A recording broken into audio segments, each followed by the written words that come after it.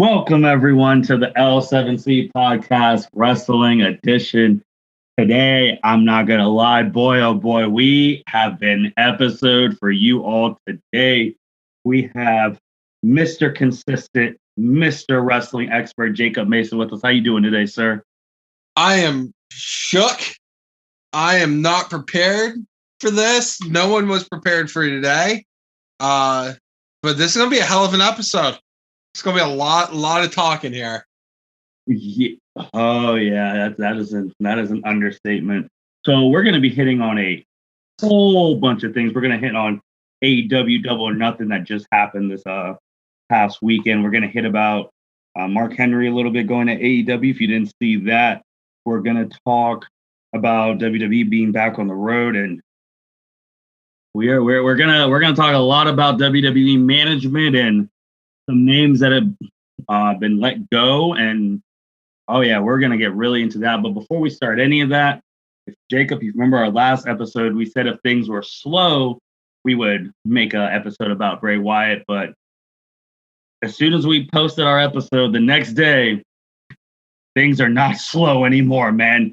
And it happens to every wrestling podcast. As soon as we post our episode, something big's happened. And you said it, man, we're cursed on that. Oh, we're definitely cursed. Actually, it wasn't even the next day. As soon as the podcast ended and we went our separate ways, thick boy season, the Colossus, Bronson Reed wins the North American Championship. That's how this starts. We go from our last episode, which was us just basically bullshitting around, to all hell broke loose in the wrestling world. Yeah. So we're cursed, but that's fine. Because now the wrestling gods have looked upon us and said, hey, before you guys record, we're going to drop a whole bunch of bombs on your asses. So, I mean, I'll take it. Right. Well, let's start on a more, I don't want to say happier, more easier, streamlined note. So AEW Double or Nothing just happened, and we had some pretty good matches, some pretty good picks on winning. Jacob, I know you watched All or Nothing. I had to catch up because I was watching other things, but I was able to catch up on it and saw some of the matches, and they were you were right, there was no bad match. First off, how did you feel about the pay-per-view? I loved it. That pay-per-view through and through. I enjoyed it actually more than I enjoyed WrestleMania this past year. Quality of match wise, I thought it was great. There was only one match I wasn't a major fan of. Two if you count the pre-show, but all in all, it was a really, really good pay-per-view. I think the people that should have won, I think they got 99% of that right, who should have went over. Lots of, you had good surprises, which AEW hasn't had. The last big surprise AEW had was Christian coming, and no one cared about that. Well, remember when Christian, they said a Hall of Fame caliber, they hyped it up too much. And no disrespect to Christian, but they were hyping it up like it's going to be CM Punk. Yeah, I mean, I'll just go ahead and say it. Disrespect to Christian. No, not great. No one cared. No one was happy about it. And to quote Matt Castle or Max Castle or whatever his name is, the guy from the Acclaim, Christian used to be good when he used to have an edge, is what he rapped down to the ring. And that's very true. But so holy shit, the biggest surprises of the night, Mark Henry shows up. Yeah. At the very end, which I think a few matches must have went like overtime because that felt very rushed. It was kind of like very last minute thing, like the main event ended and boom, Mark Henry comes out and he's going to be a coach and a commentator for their Friday night show, AEW Rampage, which is really cool. Mark Henry, I seen today, was talking about it, and him and Vince were actually very cool. Like Vince was cool with it. Vince was like, "Hey, if this is what you want to do, like I don't want you to go, but I understand." So that was good. Also, and Mark, you said Rush. Leo Rush made a debut too on AEW. That was a surprise as well. And if people know, him and Mark Henry had some beef. back in the day, and Russ said they're squashed with that, so that's good. But yeah, Mark Henry. Now you have Mark Henry, you have Paul White there. You basically have anyone who that one episode of Raw where Randy Orton disrespected is on AEW now, so we're just waiting for Ric Flair to get there. He's the last one left, but yeah, it's interesting because he's going to be a coach there, and if people don't know, Mark had a big part in Ember Moon and Bianca Belair's paths in WWE and helping them train. And obviously, Booker T helped as well, but. So now I'm just looking at that women's division, which is actually one of the matches I want to talk about because Britt Baker became the women's champ. And I know me and you, rightfully so, have been very hard on the AEW women's division because it is poo. And now with Britt Baker being the face of it, and I think we knew it was coming after that bloody match that she had. We knew that they had to put the strap on her. What did you think about that match? Do you think Baker can lead the women's division in AEW to higher heights, or are you still on the notion that they still need some help? So the match itself, this was the one match that I was like, it could have been better. It had a lot of spots that were just the timing wasn't right. It wasn't good. But the right person went over. We finally got Britt Baker, who honestly is the biggest name in the AEW women's division. Mm-hmm. We finally get her to lead that, which is great. I'm very happy about that. They certainly still need help, though. I mean, honestly, I think Britt Baker should have been the first women's champion they had instead of Riho, and because they've had Riho, Nyla Rose, and Shida be the women's champions for them. Baker's the fourth. The problem with all that is no one knows any of them. When it comes to the first three, I had no idea who Riho was. I had no idea who Nyla Rose was. I had no idea who Shida was. But I knew who Britt Baker was. If you're an indie fan, hell, if you're an NXT fan, you knew who Britt Baker was just because she's dating Adam Cole. She had the biggest name recognition. They should have had her be the first champion. She's the fourth. I'll take it. But I think they need some help. I think they'll be getting more help, though. We'll talk about it here in a little bit. But yeah, I'm good with it. I'm happy she won. I know you brought up, what'd you think about that? I don't know if it was a side diss, but after she won, WWE basically posting a video of Nia Jax squashing her. Like, what'd you think of that? All right, so honestly, I think I didn't really care. I laughed about it, to be completely honest. And the reason I laughed about it is I think wrestling fans as a whole are wishy-washy, to say the least. And they'll complain when WWE does something dumb, but they'll praise AEW for doing the same thing, and vice versa, back and forth. Listen, everybody goes like, oh man, like when AEW throws some shade at WWE. Well, guess what? Here's WWE throwing shade back. It's not a big deal.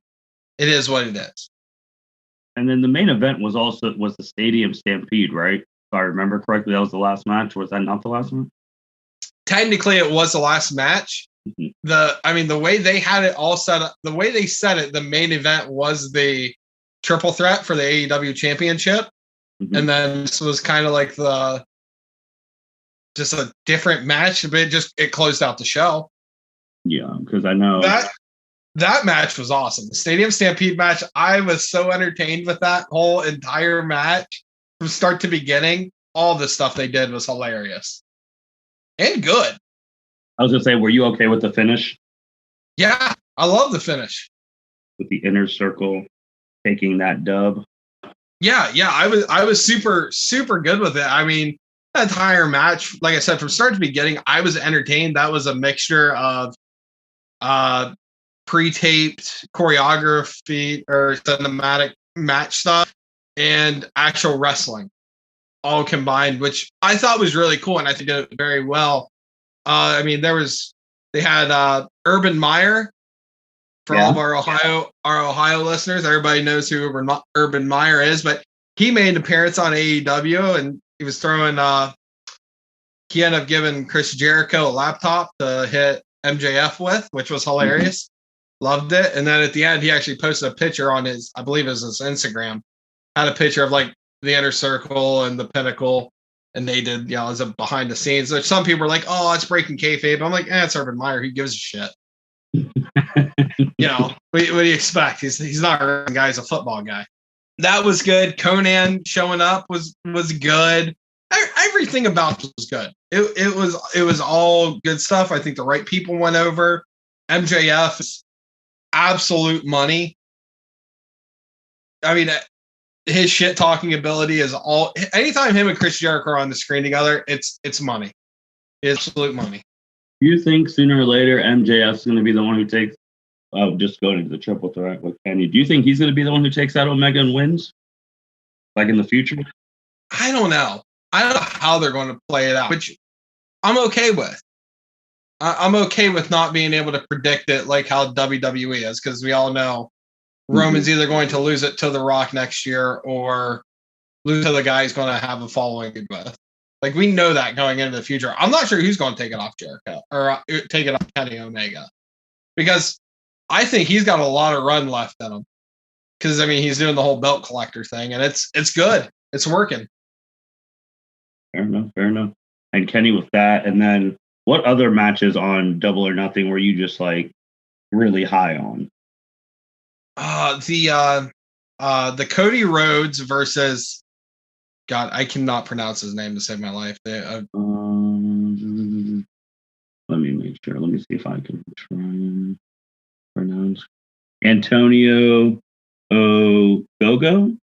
Yeah, that's it. Yeah, that match was really good. The finish was cool. The Cody doing the vertebraker, which he's done a few times before, but it just looked really good. I actually, in the middle of the match, going into it, I wanted Cody to win, but in the middle of the match, I wanted the other guy to win, just because he was just doing such a good job. What other matches were great? The Casino Battle Royal, having Jungle Boy go over and end up winning it. That was great. And then of course you talked about it some earlier. Leo Rush, Mountain did a surprise, which nobody guessed, and everyone to enjoy it. So Leo Rush, killing the game. He signed with New Japan, so that's was just kind of like a one-off deal from everything read. But it was good. It was entertaining, and it was the best part about it was a full crowd. Yes. A full crowd absolutely kicked ass. Just, I mean, for example, Jungle Boy coming out, everyone's chanting his song. When he wins, people are chanting. Comes out, he's chanting. Everybody's all about it. Same with Chris Jericho and his trance song with Judas. Everybody's in that. So agreed. I think it was after like catching the highlights and things like that, it was a really good pay-per-view. Probably, I guess we're in 2021 now, so probably the best pay-per-view of 2021 so far. I'd say so. All in all, I mean, it was a long pay-per-view. I mean, it basically went from 7 to midnight, but I mean, you got a lot of bang for your buck. That's true. I want to stick with AEW a little bit. So, and this is also going to go a little bit towards WWE as well. So it came out of the blue randomly that potentially, which we've talked about, I think it'll be getting close to a year, that what if WWE had a partnership with New Japan? And now there's rumors saying that it's going to happen potentially. And Tony Kahn was not happy because, AEW is supposed to be having a partnership with New Japan. And he just cut this promo on Nick Kahn, who's the president of WWE, who I had no idea who he was. So I'm just going to be honest. And Booker T talked about, he was just a little puzzled about it because what does it really do? So two things, Jacob. A, how do you feel about these rumors about WWE and New Japan? And B, did you really care about Tony Khan's latest shot at WWE? Right. So the WWE working with New Japan, it's rumored. And honestly, at this point, I'm kind of sticking with the idea, considering all the other stuff that has happened recently, I think it's still rumored. I just don't see it's happening right now. Plus, all right, so they go to the Tony part. Tony just killed the absolute shit out of that promo. Just fire. Guy was killing it. I loved it. Like it felt personal. He was pissed off. He was calling it as he is, or as it was. Basically saying, like, I already, I am the forbidden, which is directly real. Tony Khan's done more in 2 years with wrestling than WWE has done the past 5 years. Correct. But he's already had the Japan guys over there. He brought up that point. He's had their United States title defended on AEW. He's doing all the stuff. And so him calling out those rumors and saying there's only the wrestling world's only big enough for one Khan. I love that. I thought that was a good get. And if people get pissed off about that, they just need to calm down. It is what it is, and it's truth. Everything he said was true. Nothing he said was wrong, in my opinion. No, I agree with you as well. And it'll be interesting to see if this partnership really happens, because business could really start picking up if WWE is actually intermingling with other companies. But I want to stick with WWE for one more thing before we go into the big thing. Last podcast, we announced going back on having fans going back on tour. WWE comes out May 21st and it's like, hey, we're having a 25 city tour, whatever, 25-day, whatever tour. And they're on the road. And first one's July 16th, SmackDown Toyota Center in Houston, June 18th, Money in the Bank in Fort Worth, and then Monday Night Raw, American Airlines in Dallas. So we have, so we got Cleveland on there and some other cities. Jacob, how do you feel about WWE going back on the road? We're about to have some live fans. I think it's great. I think it's best for business. Because the product, let's be honest, the product has lacked over the year. Not anybody's fault. It's lack of fans. Mm-hmm. Getting fans back into the arenas. You're going to make more money. The product's going to be better. The wrestlers are going to be happier. Let it ride. Absolutely. I'm so excited for it. Yeah, so that starts on July 16th. We also, July 23rd, they'll be in Cleveland. Monday, July 26th, they'll be in Kansas City. Friday, July 30th, they'll be in Minneapolis, and they haven't announced any other dates. SummerSlam is on 8/21/2021 this year, which that will have fans. It's also on a Saturday, if I look correctly, which would be the first SummerSlam on a Saturday, if I'm looking at my calendar right, because they have it at 8/21/21, and that's a Saturday, which that's very interesting. Yes, yeah, that's different. I know. So, okay, well, ladies and gentlemen, we're about to reach the point where if you're gonna ready to chat with us, here's the time. We're gonna start with the WWE had some releases, and we're gonna talk about some of the ones that happened before this recording and the ones that happened today. We're gonna mix them up, and we're gonna go. The first one was earlier a couple weeks ago, and this one, Jacob, to me, actually really pissed me off, and it was Adam Verk. If people don't know that name, that was the WWE Raw announcer who took Samoa Joe's spot, and he was released after 7 shows. Jacob, I don't know about you, but that truly pissed me off because A, he's the one who took Joe's spot. B, he was only there for 7 shows and he's out. What the hell? And he gets replaced by Jimmy Smith, who I didn't know who the hell that was. And then I had to look him up, and he did stuff with UFC and American, and he was the host of American Ninja Warrior. And I was just like, what the hell are we doing? Jacob, what did you think about that release? So that release, yeah.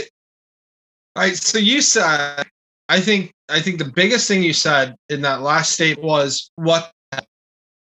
And later you started hearing that because a lot that we're going to repeat that a lot. I feel like going out this next few talking here. Yeah. What the hell? I don't understand how you're going to let go of Samoa Joe to replace him with this guy, to replace him seven shows later with another guy who is an MMA guy, which, okay, that's fine and dandy. I mean, I got no problem. I mean, Mauro Ranallo came from MMA and boxing. All right. So if you're having someone come from combat sports, that's fine and dandy. The problem is he's no Mauro Ranallo, and I'm just like, he hasn't grown on me yet. I just haven't cared enough yet about this new guy. So I don't know. Really dumb shit. A lot of these going forward are really dumb shit. It just makes no sense. Like, you literally replace Samoa Joe and the guy's gone before the next like big pay-per-view.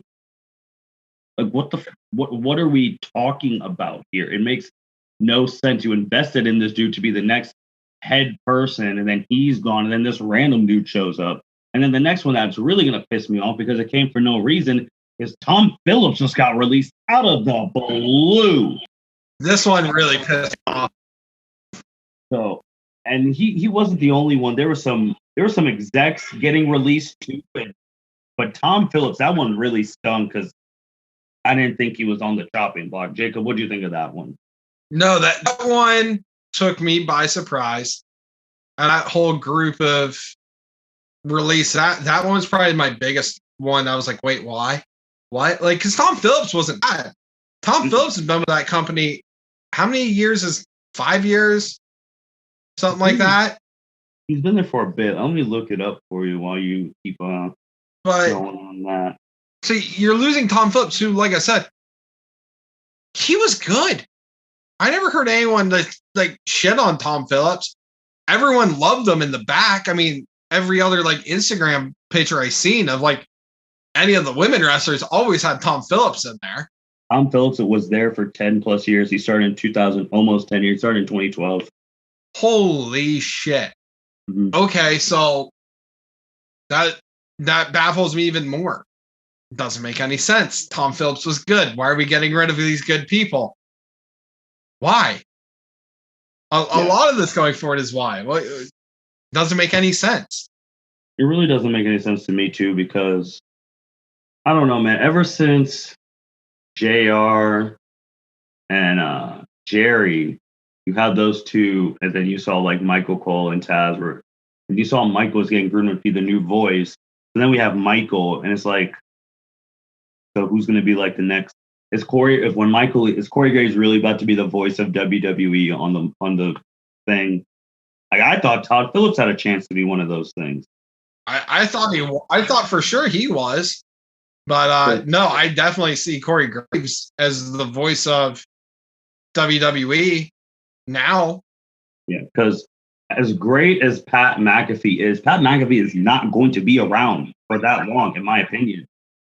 No, because Pat McAfee's got his own show. Pat McAfee's doing his own thing, but I mean, going into that, like, I love Pat McAfee. I want him to stay as long as possible. That being said, we all know he's going to be there forever. You know, your long-term guy has to be. Well, you would think it would have been Tom Phillips. Going to be Corey. Okay, I thought Tom Phillips was better than Corey Graves. That's just my opinion. Take it or leave it, but yeah, it's weird. I don't like it. Corey lost me that one time before the whole him divorce, Carmella, home wrecking, whatever, that situation, when he was really like Google guying over Carmella and not being, and then you see it, and then that situation happens, and you're just like, this unprofessional little bastard. This release, before we go into today, Velveteen Dream, he got released. And when he finally got released, he let off a super lengthy explanation about it. People remember he was getting accused for like sexual misconduct and things like that. And I know, Jacob, you shared his long release. What did you think about him being released in his statement? Because if I remember correctly, he was never charged for a crime, right? He was never charged with anything. That was one of the cases where when all that shit came out about Velveteen Dream, at the time I'm like, oh, it's only a matter of time for WWE releases them. Mm-hmm. I mean, because they basically like took him off TV as soon as it happened, which to be expected, hey, as it should be. But when he didn't end up getting released, because WWE is doing their work behind closed doors, guaranteed. So when he didn't get released, I just assumed, okay, he's in the clear. Let the heat die down, and he'll be good, because if the guy didn't do it, the guy didn't do it. I don't know all the details behind it, but I just know WWE didn't get rid of him. If WWE didn't get rid of him, he must have not done everything terribly wrong. I don't know. But that one, it shocked me. Because let's face it, Velveteen Dream was white hot. Yeah. I mean, the feud between him and, make your pick. Johnny, Tommaso, Aleister Black, Adam Cole, you name it. He had the best feuds. Honestly, at that time, Velveteen Dream minus Johnny versus Tommaso Ciampa, Velveteen Dream had the best feuds in NXT for the longest time. He did, and I really would encourage everyone to go read his statement. I mean, it was very long, very detailed.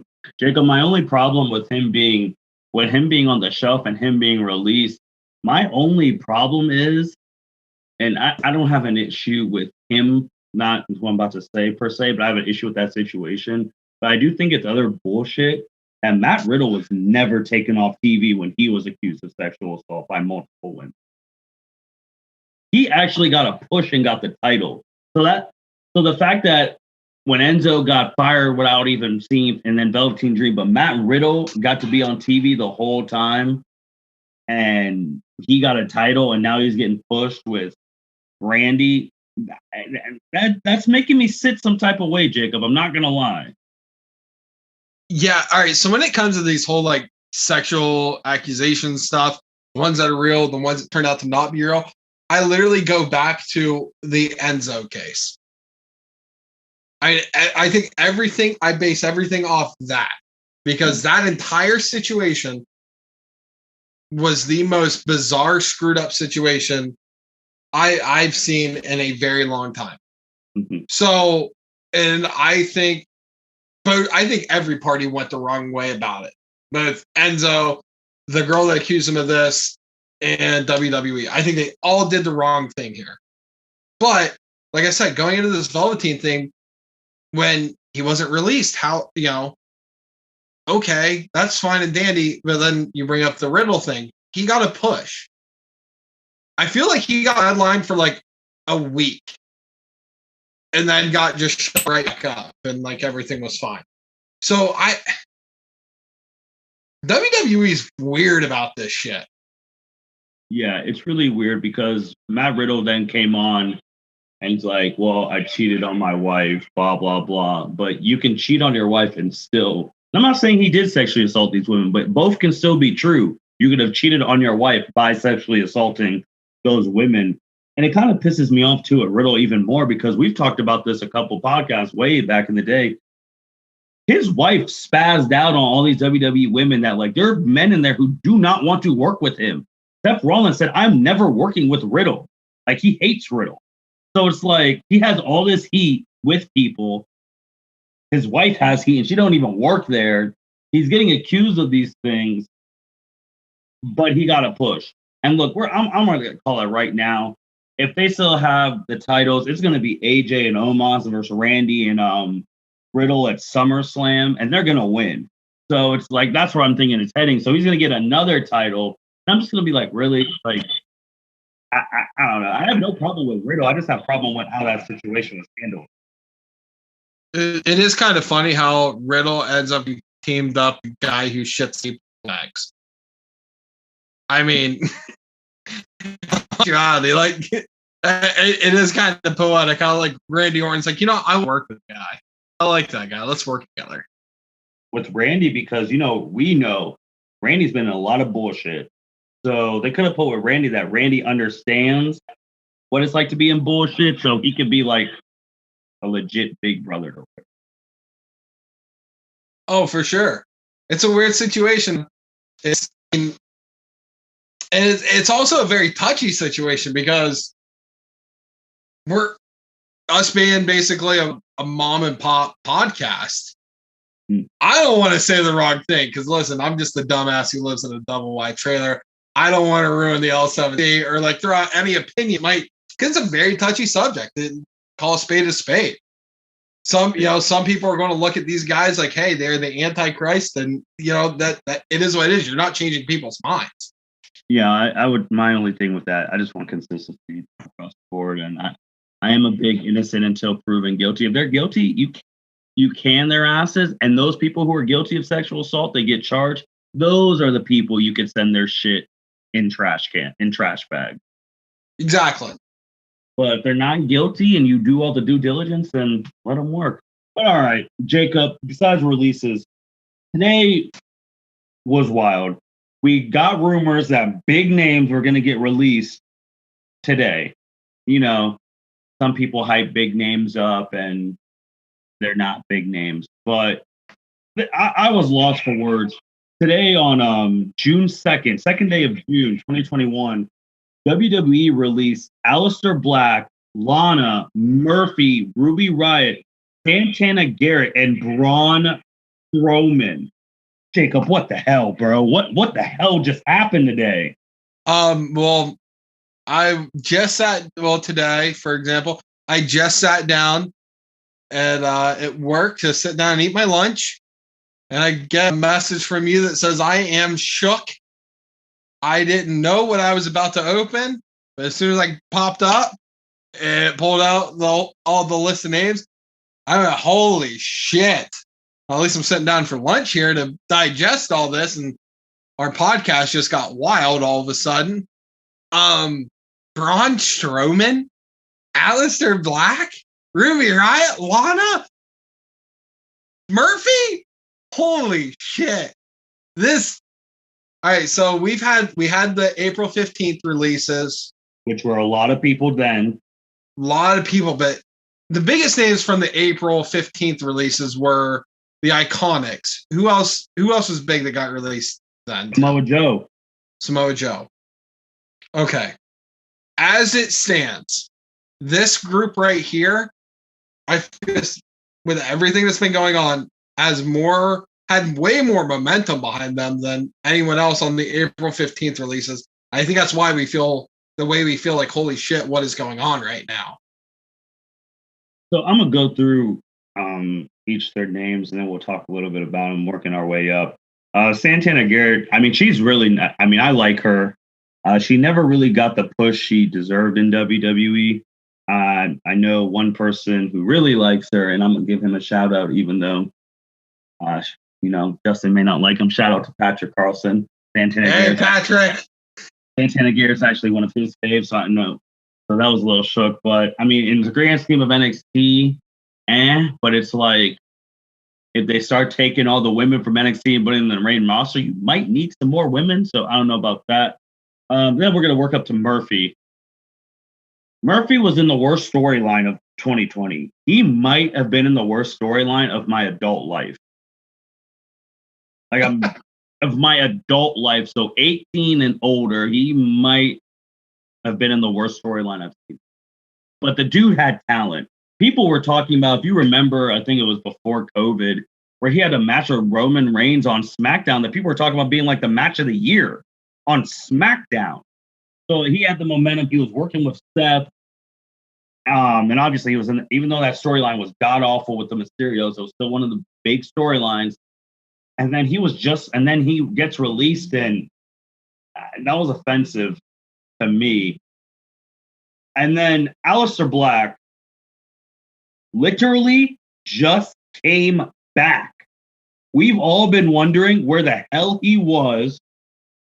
He came back, literally attacked Big E with a black mask. His shirt, as you said, is still on WWE.com right now.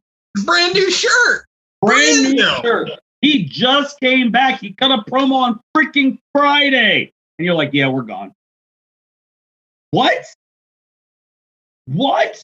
And the reason I made this person second, I'm going to talk about, because Lana has been one of the driving forces of our wrestling podcast. I will not lie. And I did say I was super hot because I was one of those wrestling fans when the Iconics. Oh, there was another person from that. And Mickie James got released that April 15th. Yep. So the fact that I was like, those three got released, and all three of them are better than Lana, and Lana's still here. What the hell are we doing? But I do get pissed when I literally just saw Lana wrestle on Monday, and she's gone on Wednesday. Makes no damn sense. And Braun Strowman, this dude was Hold on. Before we get to Braun, we got Ruby Riott. You're right. Ruby Riott, who, shout out to Byron, because he was super hot about this one. It's actually shit that the Riott Squad never got to be tag team champions. Yeah, bullshit. And the fact that Liv is the last one left, and she tweeted, and she used Ruby's real name, obviously. Like, whoever gets hers will win. That's utter shit that they never got to be the tag team champs when they've been legit women tag team wrestlers. That's bullshit. And then Braun Strowman, this dude was a perennial he was one of the top main eventers. The dude was just about to be in the main event, fighting them for Bobby Lashley's title. He's going with Drew McIntyre.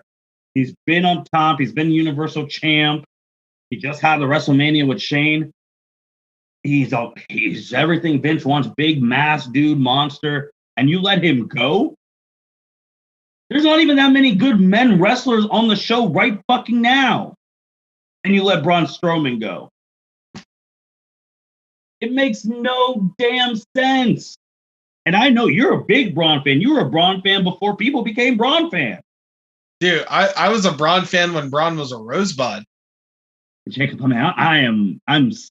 this is shocking. I'm super pissed. I'm not gonna. It's kind of out of the blue. And Tommy, he's already changed his name. Tommy N, aka Aleister Black. He said this came out of left field because they just started his new character on WWE. So he didn't see it coming. Yep. So I'm like, in a span of 2 months, we've lost the Iconic, Mickie James, Samoa Joe, Braun Strowman, Aleister Black, Ruby Riott, Lana, Murphy, Santana Garrett, and there are others. Mojo Riley was another one from the April one. We've lost all these execs. Bo Dallas. Well, but he's living the American dream, so it's all good. Shout out Bo Dallas. But Jacob, man, I think what's really pissing us fans off is that they keep saying it's budget cuts, but they're getting money from Peacock, dirty money from Saudi Arabia. Like, they're getting all these record deals all over the place, and they're saying it's budget cuts. We've had a record year in fucking COVID. So why do they say budget cuts? Okay. So the rumor right now, and I believe I sent this to you earlier. Mm-hmm. Dutch Mantel. For those who do not remember, Dutch was the guy who was the manager for Jack Swagger and Cesaro with the whole "We the People" gimmick. That man, who's an absolute wrestling genius. I mean, he's some straight Jim Cornette level wrestling genius, just not as crazy as Jim Cornette. But he brought up how the rumors right now is WWE is going to be sold.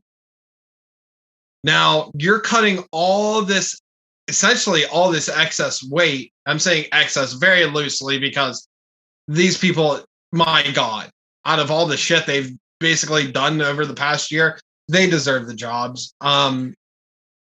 But you're basically trimming fat, losing excess weight to look like you are making all this money. And it's kind of looking like it's making sense that they might be selling.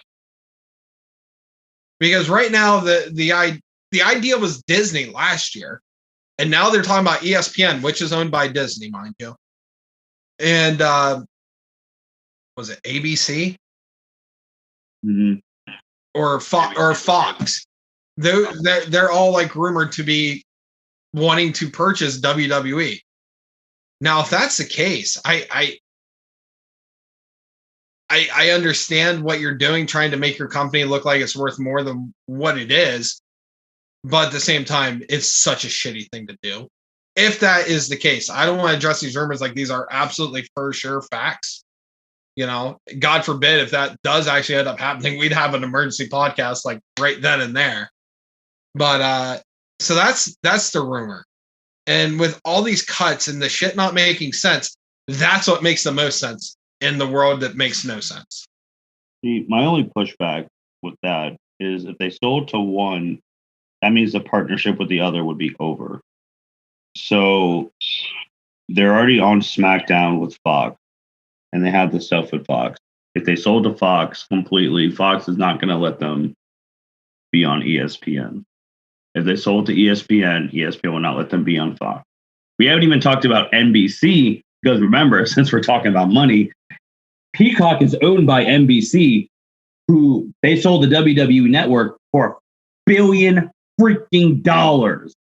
So it's like, so are they going to buy, is Fox or ESPN going to buy the network from Peacock then? Like, well, does it? All right, correct me if I'm wrong here. I'm just trying to remember back to my Disney days when I worked for that cult. Does Disney own NBC? They do not. Because I know they have like an NBC studio thing like at Disney. Yeah, I do not think so. I will check for you. But yeah, I don't know. But honestly, I could see that happening. Because honestly, if let's say Fox buys WWE, they still have contracts with Peacock, they still have contracts with all these other people. You just got to let those contracts run out. When those contracts are up, that's where, you know, you'd see massive change. Man, I just still don't get it, because they're breaking record numbers financially, and they did it in COVID. So if you're just and you're cutting these people, and then they're acting like they have this ever-growing roster. Cutting now, some of these people, we talked about it last time with like the Iconics and stuff, that there's not that many women wrestlers, especially on Raw. So now Lana's gone, which I know I have spazzed on Lana, rightfully so. But now Naomi's without a partner. So I don't know if they're going to make her, they're just not even going to make her a single competitor. They'll throw with someone else. You were right that all the other women on the show are tag teams. It's really been Charlotte, Asuka, and Rhea Ripley, round robin. And they're going to make that shit last till SummerSlam. And now with Ruby gone, Liv doesn't have a partner. I don't know what she's going to do on SmackDown. Okay. With this whole thing, one of the biggest takeaways from today's releases, this just goes to prove Vince doesn't give two shits about that women's tag team division. No. Because let's face it, you've gotten rid of, like, is there any teams left that are actual built from scratch teams in that tag division? No. Okay. Yeah, so they killed that. The only hope they had was Lana. Like you said, we like to talk shit about Lana. Except for me, I was really rooting for that girl to win the freaking tag team titles. I picked her to win at WrestleMania. She was the first one pinned. Yeah. All right. So I seen a thing on my Instagram on Dave LaGreca. I hate not trying to shout out another podcast or a radio show, but Dave LaGreca of Busted Open Radio. He had Tommy Dreamer on today. Tommy Dreamer was saying, or no, it's Dave LaGreca, not Tommy. Dave LaGreca said so if you think back to the whole Lana storyline, she gets put through a table week after week after week after week after week. 9 weeks. 9 weeks, okay, I think. So 9 weeks straight, she gets shit on by Nia Jax. And if she's not getting put through a table, she's just dealing with her shit. Okay? Mm-hmm. Only to go into WrestleMania and be first one pinned. Only to take the title. The only storyline that made sense was Lana going over on Nia. Take the storyline, shit all over it, give it to freaking Natalya and Tamina Snuka for God only knows what reason. It was a shitty move. And then just to shit on Lana. I genuinely feel bad for Lana right now. She got absolutely fucked. She did everything the WWE wanted. They wanted her to get better. She was working on it. She wasn't great by any means, but she slowly improved. And she did everything. Hey, we want you to get slammed through a table 9 weeks in a row. Sure, no problem. Hey, we want you to get absolutely shit on by Nia. Sure, no problem. Hey, we want you to do A, B, C, D, and E. We want you to do a whole storyline where it looks like you're cheating on your husband with Bobby Lashley. Sure, no problem. They do all this shit just to shit on her like this. I'm sorry. That girl doesn't deserve this. Absolutely not. I agree. This stuff, obviously the third party ban, I mean, that is what it is. But from that stuff, yes. Because she really has done everything that companies asked for. And not anyone is going to be like, I'm going to put you through a table for 2.5 months. And she was literally, if people remember what Triple H said, eat shit and like it. She was at the buffet table for shit. She was stacking that shit. And then she was eating it day in, day out. And then to not even be rewarded with the tag team championships, that is terrible. I know we know Lana's had a long past with WWE of messing stuff up, from TMZ finding out about her and Rusev wedding, for them changing the storyline, for the stuff on Total. But she has weathered all of that. She's done what WWE's asked, and for her to just get released like that after Monday is just like, man, that's crazy. And Aleister Black, I'm just going back to him because he was going to be one of my people to win Money in the Bank this year. And it makes no freaking sense because we just talked about a couple weeks ago how there's rumors that Selena Vega is coming back. So you fire her husband, but then bring her back? If those rumors we can squash those. Like if she showed up on TV, that would make no damn sense. And it's really, really, really, really pissing a lot of people off that these people are gone and Eva Marie's coming back. That makes no sense. And if people say, oh, she might not wrestle, she's going to be a manager. A manager to who? Everyone's gone. Who's she going to manage? Roman Reigns? That's taken. Charlotte Flair? No. Rhea? No. Bianca? No. Bobby Lashley? Taken. Who is she going to manage? I would say Parker Bordeaux because she helped bring him in, but he's greener than goose shit. Oh, fuck no. If he comes right now, he'll be gone by next year. Facts. I mean, it's... All right, so Aleister Black. Let's talk about Aleister here for a minute. Poor Aleister Black. Like you said, the man gets vanished and, comes back and is starting this whole gimmick, which, mind you, I was a little annoyed about this gimmick. Slightly annoyed. Because if anyone who plays Far Cry 5 knows for a fact that he literally copied 3/4 of the bad guys of the antagonist in Far Cry 5. He literally all in one thing did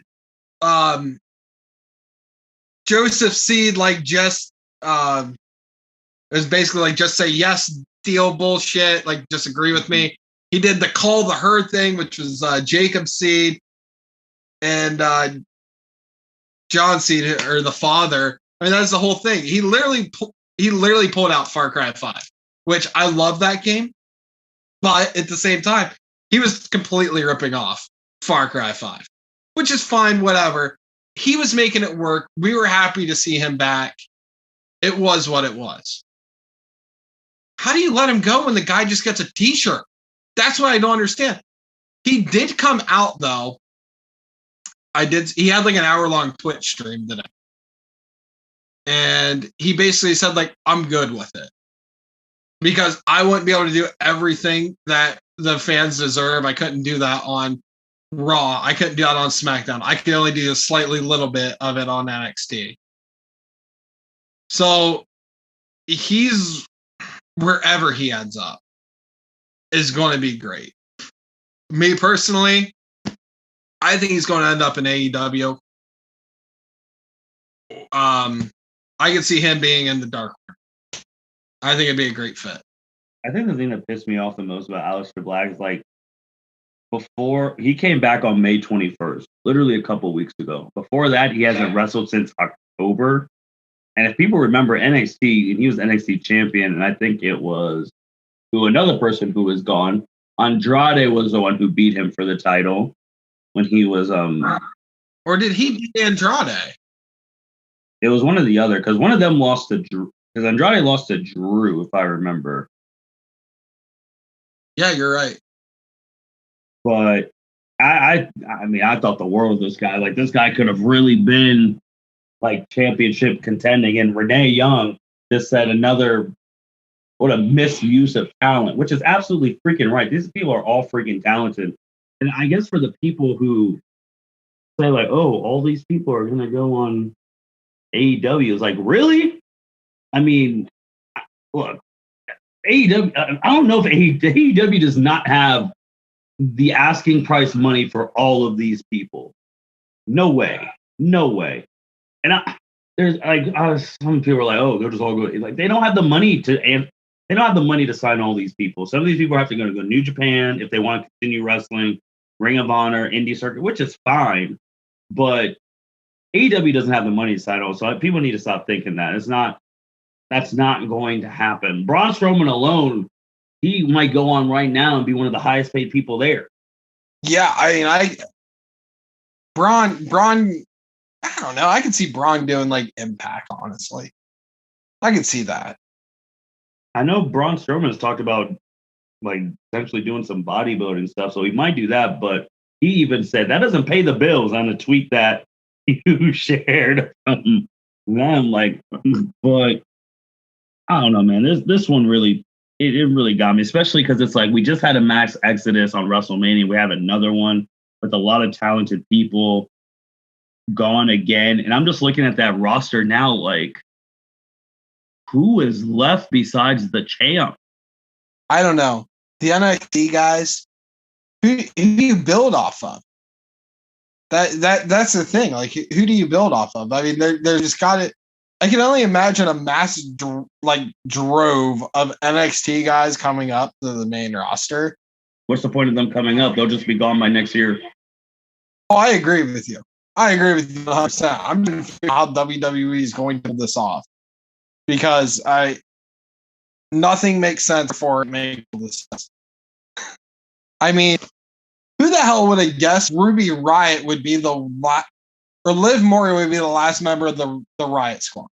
Yeah. I would have never guessed that. If anything, I would have guessed Liv would have been the first one to go.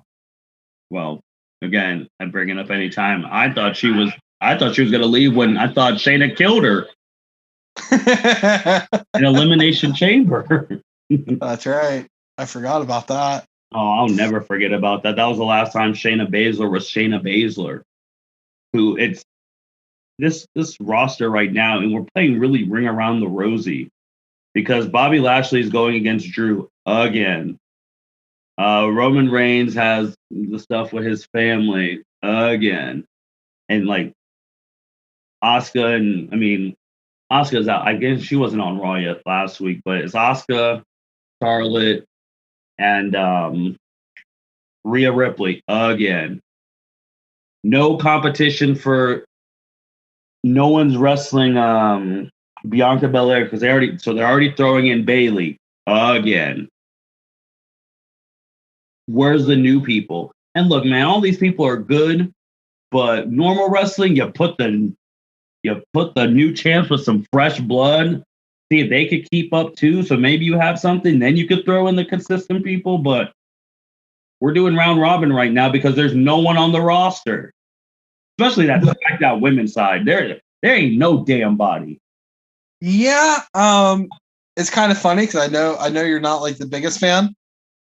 But the most entertaining thing on Raw right now is RK Bro because it's something new. It's fresh. It's entertaining. It's got a storyline behind it that's not the same recycled storyline that we've seen a million times. I don't disagree. I do think they're the most entertaining thing on Raw. It just kind of pisses me off how they all started because, Randy Orton beat the Fiend and won RKO at WrestleMania. I'll never let that go. Okay. Let's bring up that point too, because when you texted me the entire list of all these people who are released, there are people I wish that were on that list. Mainly Bray Wyatt. Please, for the love of God, let Bray Wyatt just let him go. They don't want to put him out of his misery. Like, it's kind of ridiculous, man. It's something to behold that he's still there. And he's good, obviously. It's just the fact that they have screwed that man and they're like, oh yeah, we're going to keep screwing you. You're going to stay here. And it's just like, it's crazy. WWE will let you go, but man, when you ask for your release, they'll just be like, hold on for like 8 months. Exactly. Exactly. It's such a fight with them to try and get your release. And the problem is, like, a lot of times I've said on the podcast before, you know what? Stay there. Collect that money. Who gives a shit? Get free catering and collect that money. Bray Wyatt is such an absolute brilliant mind of wrestling. Let the guy do his thing and let him spread his wing. Or let him go. Like, that's it. Because all you're doing is hurting the wrestling business by not letting him be him. Also, let Jeff Hardy go. Let Ricochet go. Let Ali go. Let those three go, for the love of God, because right now they're on main event. Jeff Hardy is on main event. In 2021, the absolute future Hall of Famer legend, that is Jeff Hardy, is fucking on main event. Main event! That kind of pisses me off. Ricochet, and if you remember correctly, The Rock even put out a tweet like 2 or 3 years ago, like, this guy is the future of wrestling. Mm-hmm. And you know what? What have they done with him? Absolutely shit on him. Mm-hmm. Ricochet is hands down one of the most entertaining people I have ever actually watched in real life at a live show. Ricochet is phenomenal. Mm-hmm. Why the hell is this man on? You brought up main event, and that actually got me more freaking pissed because I bring this up every damn time. And if it's about restructuring deals, do it. Why the hell do they release these people? Why don't we just send people back to NXT? I don't get it. Facts.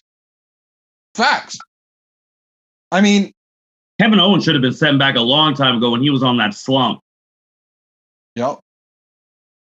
Like, just send him back. Heath Slater was one of those guys I wish that would have went back to NXT. Or would have went to NXT. Mm-hmm. Heath Slater's an insanely underrated wrestler.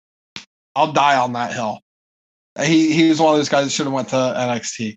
I mean, just it makes absolutely no sense.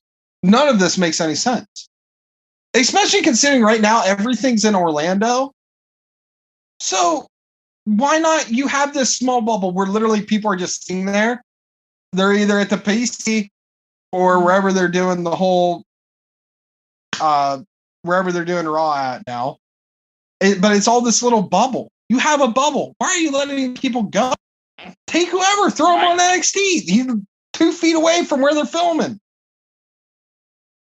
Yeah, my question is, who's going to be wrestling at live events? Yeah, that's a good question. I don't know. Charlotte, Asuka, and Rhea. Because most of these people, I'm going to say this every time for people who don't know. Most of the people you don't see on TV, they're actually wrestling at these live, like every day at the live event. So what they about to do there? Roman is not wrestling at every live event. Get the hell out of here. There ain't no way. There ain't no way. You're pushing it with Charlotte likes she actually likes wrestling and all that, but ain't no way she's wrestling Monday, Wednesday, Thursday, Saturday. No way. Against the same Rhea Ripley every day. No way. And I know they've talked about this earlier that WWE might have a draft in the summer or fall. Who the hell are you about to do with the draft? There's only 12 people on the roster. What are you about to do? Cut everyone into 4 sets of 4 and just switch them to different shows? Like, it makes no damn sense, man. You announced that you're going back on tour, which means you're about to get gate money. So plus your record-breaking in COVID year, you're about to start getting gate money, and you can't pay anybody, apparently. But you're making record money. That's a crock of shit. They just need to just tell this. They need to tell. Prime example: getting rid of Braun Strowman. Braun Strowman is an absolute unit of a man. He's in the commercials for the live events. Yeah, like how do you? The dude, I mean, like literally seeing the dude is just like, holy shit, this guy's a mad.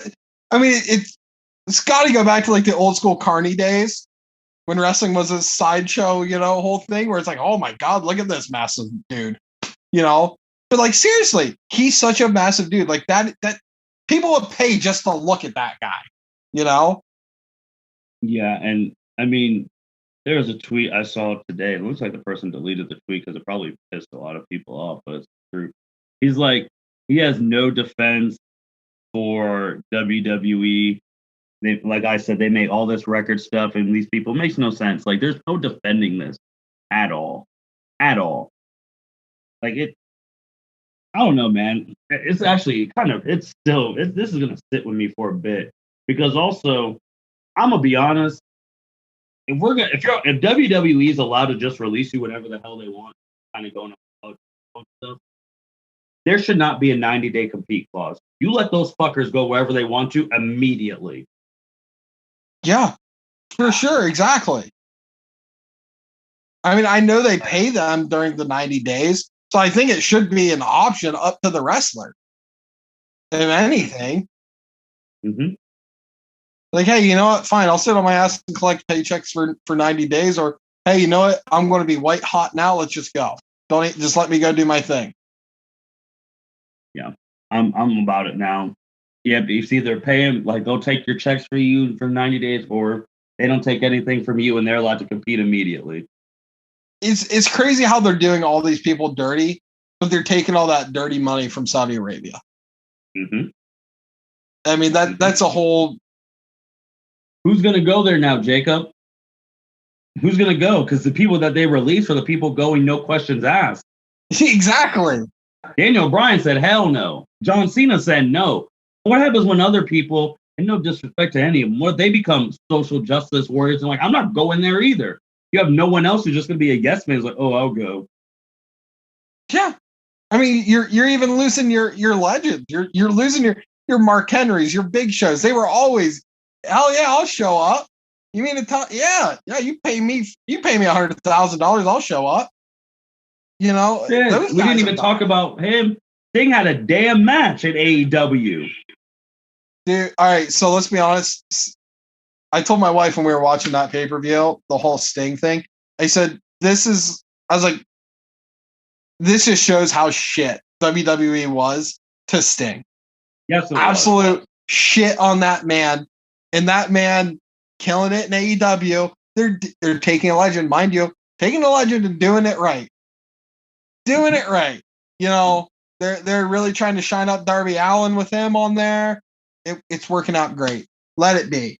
But yeah, it's all shit. It's all shit. The entire situation is trash. I mean, and I feel bad for him because you have good wrestlers. I don't know too much nor care too much about Santana Garrett. I just feel bad with all these, just getting let go of your job just sucks, period. Especially out of left field. It's not like, oh, you have a 2-week notice. It's like, hey, you were literally on TV Monday. You don't have a job. Yeah. And I promise to the Lord, if we see, because if WWE didn't learn their lesson, and we see any of these 6 people post on Twitter, Instagram, Facebook, that their shit came in a trash bag, it's going to get bad on the L7C podcast. Oh, for sure. It'll get bad just period. Let alone here, the entire world's going to erupt on this. I mean, not the WWE is going to care because Vince is Vince. I mean, oh yeah, that brings up another point. To go back to the rumors of WWE might sell, could you imagine Vince McMahon not working? Because I'm pretty sure he's going to outlive all of us too. Or Vince McMahon having to answer to somebody. That's the thing. I could. Vince McMahon will die before he answers to somebody that's not his own board of the company that he owns a mass majority to. Mm-hmm. That's it. Mm-hmm. Yeah, the only way I could ever see Vince answering to someone, they would sell it for like $100 billion. That's the only way. And that's pushing it in my eyes because there's no, Vince will be like, yeah, I want to fire this person. They'll be like, no, we don't want you to. Oh my God. Like, I don't know, man. But yeah, it sucks. And no one's safe unless you're Roman Reigns. Like, and if the curse is true, when we're done recording today, tonight or tomorrow, someone else is gone. Facts. We are. Let's just go into some quick hit things before we end on this. Bad Bunny, who's now a WWE legend, he was on The Shop. That's the HBO show with LeBron's crew. And they were asking about wrestling, how real it is. And Bad Bunny, man, this guy fucking gets it. He's like, it's 100% real. Man, like taking those bumps, I do not understand how someone like Triple H and John and Undertaker can do it for 25 to 30 years. It's real shit. I just want to say salute to Bad Bunny, man. He is really putting wrestling over. Oh, Bad Bunny's, I think he had it. Bad Bunny, when it comes to the celebrity wing, he's going to be the only person in the celebrity wing of WWE's Hall of Fame that legitimately deserves to be there. Mm-hmm. Didn't do a bullshit one-time appearance shit. No, like Bad Bunny, I mean, we were all praising Bad Bunny. Everyone likes Bad Bunny. Mm-hmm. From who the hell is this guy? Why do I care? Till hell yeah, Bad Bunny.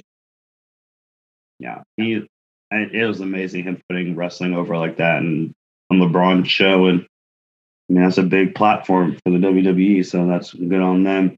Next thing, speaking of legends, there's been a lot of rumors that a Mr. John Cena is potentially about to get ready to make his return, especially with the live events came up. People are talking about he's rumored to return at SummerSlam. WWE posted Bleacher Report posted a list of possible people John Cena could wrestle, and it's fucking awkward because, Aleister Black was on that list and he's gone. So he was ranked number 6 as the opponent, so he's out. And to be honest, man, I don't even want him to come back during this bullshit because who the hell is he about to wrestle? There's like 2 people on the show. Now, if he goes down to NXT and after that Instagram thing with him, Karrion, and Charlotte, color me really intrigued because John Cena will make sure that NXT title is defended at SummerSlam. But anything else? I mean, I know some people said the rumors might be him and Roman Reigns at SummerSlam, which unless SummerSlam's 100% capacity, I don't see that happening. And I'm not going to lie. I don't want to see my dude lose to Roman Reigns because I'll get pissed. But what do you think of these rumors of Cena potentially coming back? First off, I'm with you. I have zero desire to see John Cena come up or like up during this bullshit. And he goes to NXT, which sign me up. Let's do it. Also, damn it, the one match I wanted to see John Cena have more than probably anyone else was him versus Velveteen Dream. Oh, I know. I'm with you. That was a match that people thought potentially could happen down the line. But again, like Black's gone, Dream's gone too. So what the hell? The only logical thing that makes sense, the quote unquote money match, is versus Roman. And he ain't gonna go over on Roman. No, because that is reserved for Dwayne at WrestleMania. And even that's questionable. That is 50-50. Throw it in the air. So it shows up, I guess, cool, but at the same time, don't show up. Don't. Because honestly, why are we paying you all this money when we just got rid of all these full-time wrestlers? Yeah. Don't be that part-time bitch you bitched about The Rock about all those years ago. Just don't do it. That is true. And he won't have to, because remember, that money's not going to him. Even Marie is getting that money. But yeah, man, I mean, if his music goes off in a full crowd, we already know that place is going to pop. And there's just really, I mean, the names that they've listed on here, Bleacher Report, I don't know why honorable mention was Sheamus. That's terrible. Apollo Crews, just because he has the U.S. championship. Nah, that really. Yeah, get the hell out of here. Finn Balor would have been good. I mean, that's good. Black, Alistair. They had Adam Cole, Drew McIntyre. I mean, that would be smooth. Karrion Kross, that's the one I would want. Bobby Lashley, it only makes, if he's going against Bobby Lashley, it only makes sense for Cena to win so he can get 17. Because he's got to get 17 before Flair gets 25. And then they had number one, Roman Reigns. And then also, actually, let me interject here. You know what name they didn't put on there, which they should have? No, not Matt Riddle. Walter. Ooh. Walter versus John Cena. I would like to watch that match. The thing is, too, all those people, because I actually think he'd lose. So I don't think they would have him get 17 at SummerSlam. It'd be at a WrestleMania. Thing is, Cena would put all these people over. He'd lose. There's nothing for him to win except be 17-time champ. There's no reason for him to win. The last time we saw John Cena was the Firehouse match, which this dude's whole life got embarrassed on national TV.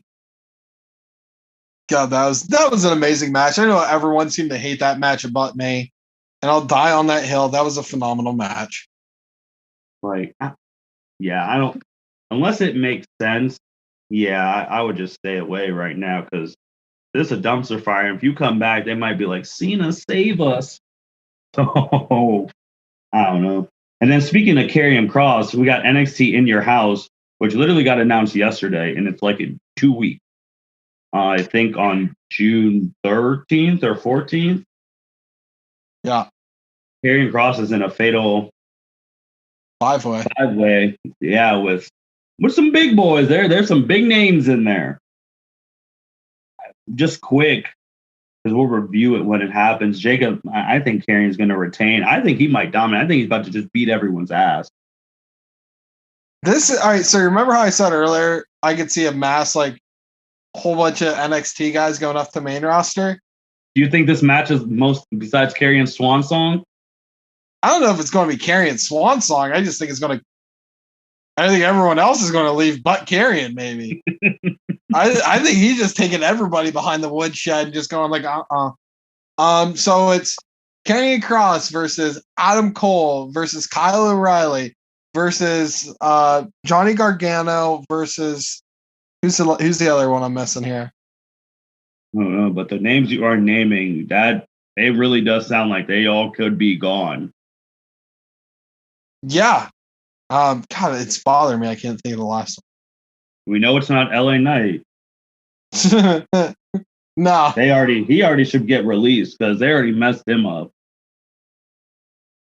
Yeah, LA Knight's getting shit on. Well, I mean, he's gone, to the moon with Cameron Grimes. Yeah, they should. Yeah, they should. So it's Adam Cole, O'Reilly. It's Pete Dunne who you're missing. Oh, okay. All right, so Pete Dunne. So let's be honest. Adam Cole and Kyle O'Reilly are canceling each other out. They're going to murder each other. It'll be beautiful to watch. So it really comes down to Johnny Gargano, Pete Dunne, and Karrion Kross. I'm taking Karrion Kross. all day. Yeah. I ain't going to bet against Karrion Kross. He's a freaking man. And if he does lose, he's going to main roster. Yep. It's that simple. I have him winning there. They have the NXT Women's Title match announced. I have Raquel beating Ember Moon. LA Knight just keeps losing, so I think he's going to lose to Cameron. To the moon. That's what we have right now. But I do remember, and I hope this guy ain't coming to WWE. So Will Ospreay, who you stated, he just got injured. He had to relinquish the title, right? Yes. So yeah, there is no champion right now in New Japan until what's his name? Kenny Omega takes that too. Which, hey, if Tony Kahn just lets that forbidden door stay open, it'll happen. I mean, yeah, so that's something else that's been crazy that's happened, right after our last podcast ended. Will Ospreay gets injured. He's nowhere to be found. He's in the UK. He's neck injury, head injury. I'm not exactly sure what the hell happened. But I don't know. I'm hoping we end up seeing Minoru Suzuki finally get the title. I think that'd be really cool to see him get it. Because he's up there in age, but that guy's such a badass. I think it'd be cool to see him. But you always have Okada. Speaking of Okada, this is another reason why I don't want to see New Japan and WWE work together, because I don't want to hear Michael Cole go like vintage Okada. I can't do it. It's Rainmaker time. Like I can't. I just can't. Can't do it. But so that's the other thing that's pretty much happened, which, to put into perspective how like crazy the wrestling world is, the prestigious ass New Japan Pro Wrestling heavyweight champion is vacant, and it's such a minute thing on the grand scheme of things that's happened in the past 2 weeks. Yeah. Quick other thing. Roman Reigns says he's the best wrestler in the world. Yes or no? No. Do you think currently it's Kenny? I would have to say currently it's Kenny. I mean, what Roman's doing right now is great, but listen, I had to deal with Roman. I mean, we all had to deal with Roman's bullshit for years of being slammed down our throats. Where I will never, ever be like, "Oh yeah, you're top." Like, listen, you might be tribal chief and you might be head of the table, but you're not the best in the world. Get the fuck out of here with that. Agree. Yeah, well, man, we've reached the end on the on the podcast. I know this was a long one, but man, there is a lot of content that we went through, and it's still wild, still baffling. And now, I mean, I still have to throw in my plug thing because Lord Jesus, Jacob, Tessa Blanchard is still not signed to anyone. Still have to throw that in. And yeah, I mean, it's wild. This is wild. I guess with all those people who got released, though, yeah, they'll be able to circumvent some of their income, especially, I mean, Lana and them, they could be back on Twitch. I mean, Lana's Instagram is going to get super popping now again with some sponsorships. Oh, Bang Energy Drinks is priority calling her right now. They're coming. They're coming. Lord and forbid if she gets an OnlyFans, she might become a billionaire. Yeah, I can see that happening. But Jacob, you have anything else, man, to say before we close shop? No, I think I've pretty much said my piece. Like, just release Bray Wyatt, Jeff Hardy, Ricochet, and Mustafa Ali, please. That's it. Someone cite Tessa Blanchard so we can figure out what's going to happen there. Maybe that's why they're releasing all these people. Maybe they're just saving up to pay Tessa. Yeah, that'd be something else. I mean, there's no way they're going to pay her that much, but no. It's like Money in the Bank's in July. I don't know who the hell is going to win because everyone's already has a belt who's on the roster. Facts. And also, when did, not to go back to it, but why the hell is NXT's like build-ups to pay-per-view shitty as hell now? Remember when they used to be something? Like they would build up a pay-per-view for like 2 months at a time. Mm-hmm. And now it's like, hey, 2 weeks, we got a pay-per-view. You're like, oh shit, I got to clear my schedule out for that one. Yeah, I mean, I guess even though it hasn't been been here that long. I guess I'm an NXT purist. I love takeovers the day before Big Four paper. I agree. I don't like it's like, okay, so we have takeover the week before Hell in a Cell. What the hell? And y'all don't even have the roster to be doing it every couple weeks because there's no one on the roster. It makes no damn sense. You're doing this fatal 5-way. 4 of them are leaving, and then it's like, who's going to wrestle next? Cameron Grimes? Hey, to the moon. He might be gone too. Dude, he's got that Dogecoin money. He's set. Well, I mean, unless he's bought the dip, then he's fucked. Oh my God. But no, I mean, usual stuff. Thank you everyone for listening to L7C podcast. This was a lot of wrestling stuff you just digested. So make sure you replay it, play it back, see the parts that we talked about. It was some wild stuff.